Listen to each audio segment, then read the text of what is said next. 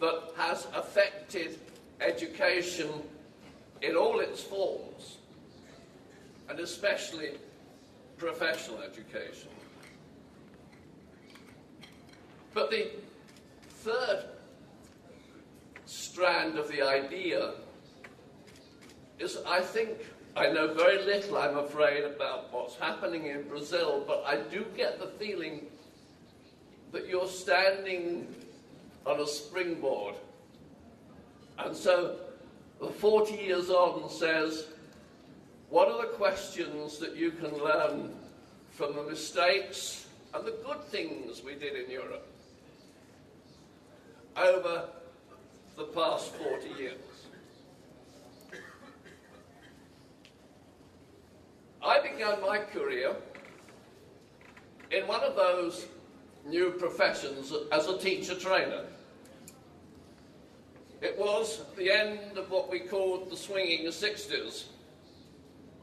But it was a time when there was a great hope, a hope that I shared, that in some way, through education, we were going to create the new city of God, or city of man on earth. It was reflected in a book that Hutchins wrote in 1968 called The Learning Society. And he looked forward to what he said was a new Athens, when everybody would have the opportunity to learn both at work and in their leisure. And so it was with considerable optimism that I began my academic career. But there was another strand that, as a sociologist, I found myself teaching about. And that was what we called the logic of industrialism. And in the book by that name, education was called the handmaid of industrialism. And look, this was their prediction. Industrialization requires an educational system functionally related to the skills and professions imperative to its technology. Such an education system is not primarily concerned with conserving traditional values or perpetuating the classics. The higher educational system of industrial society stresses the natural sciences, engineering, medicine, legal training and administrative law. It's the new disciplines, then, that are going to predominate. And they said very clearly,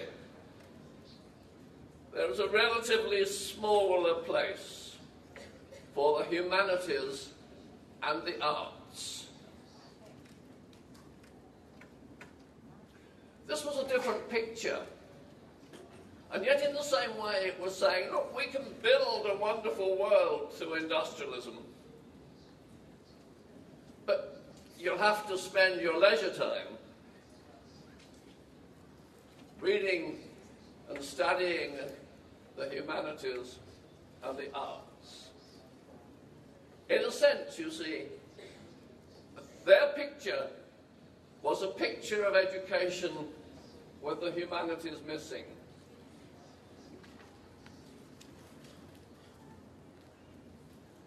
Now, more recently, another commentator on the scene, writing about capitalism, and I've gone to this quote partly because he sees the end of a capitalist cycle with the economic crisis in Europe at the present time. But he makes this point: education is likely to become more market-driven in every advanced country, with the possible ironic exception of the supposedly socialist countries of Sweden and Denmark, where private schooling is already widespread. He goes on to say that in the developing countries, such as China, India, Brazil, and South Africa, free state education has still a long way to expand. So I recognize that coming from one economic system, what I have to say to you in another economic system is, can you learn the lessons from what happened over the past 40 years? And if you say, well, there's a sense in which globalization began with Bretton Woods, by the end of the 70s,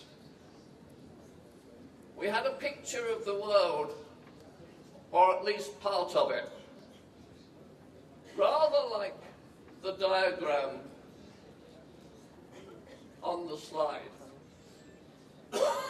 Running, if you see, each of those discs is a separate country. So I could have put 150 or 170 discs, but there's just 2. But running through the middle of them is a central core. That central core is global capitalism, technology, and information technology. Those who control the core have fundamentally major powers in the world. Each of the discs represents a separate country. It's a simple model, but the real issue is that the global substructure represented by my red core runs through many countries in the world. It consists of the economic system, the technological system, and especially information technology. And those who control the core actually have tremendous power. But you see, it's not a power of democracy. Not one of those people who control the core have been elected by the people. They are the shareholders and the owners of capital. And it's perhaps difficult to think of the type of power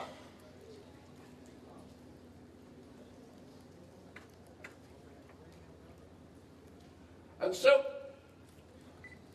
I've picked out a couple of examples. You see, if you think of a bank like Goldman Sachs, which we read about every day, it has 161 stockholders. Its annual profit was $2.2 billion. Now think of a country like Tanzania.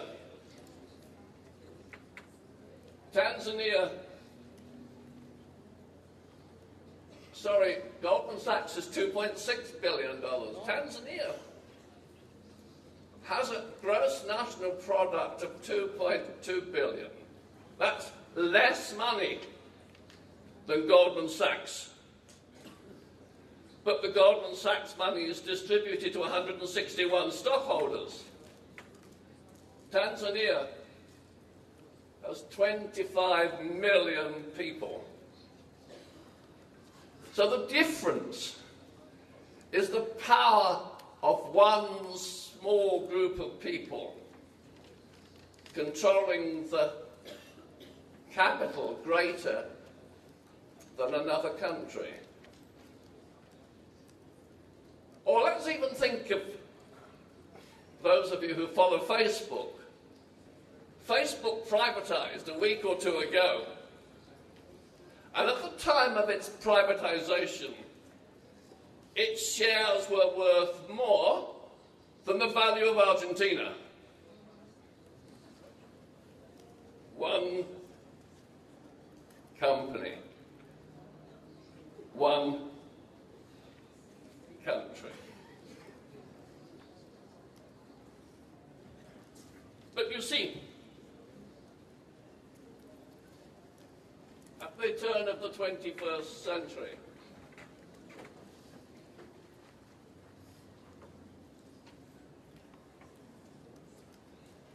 the wealthiest 5% of the world's population owned 1/3 of the global income, as much as 80% of the world's population owned. Indeed, the income of the 49 poorest countries in the world was roughly the same as the income of the 3 richest men in the world.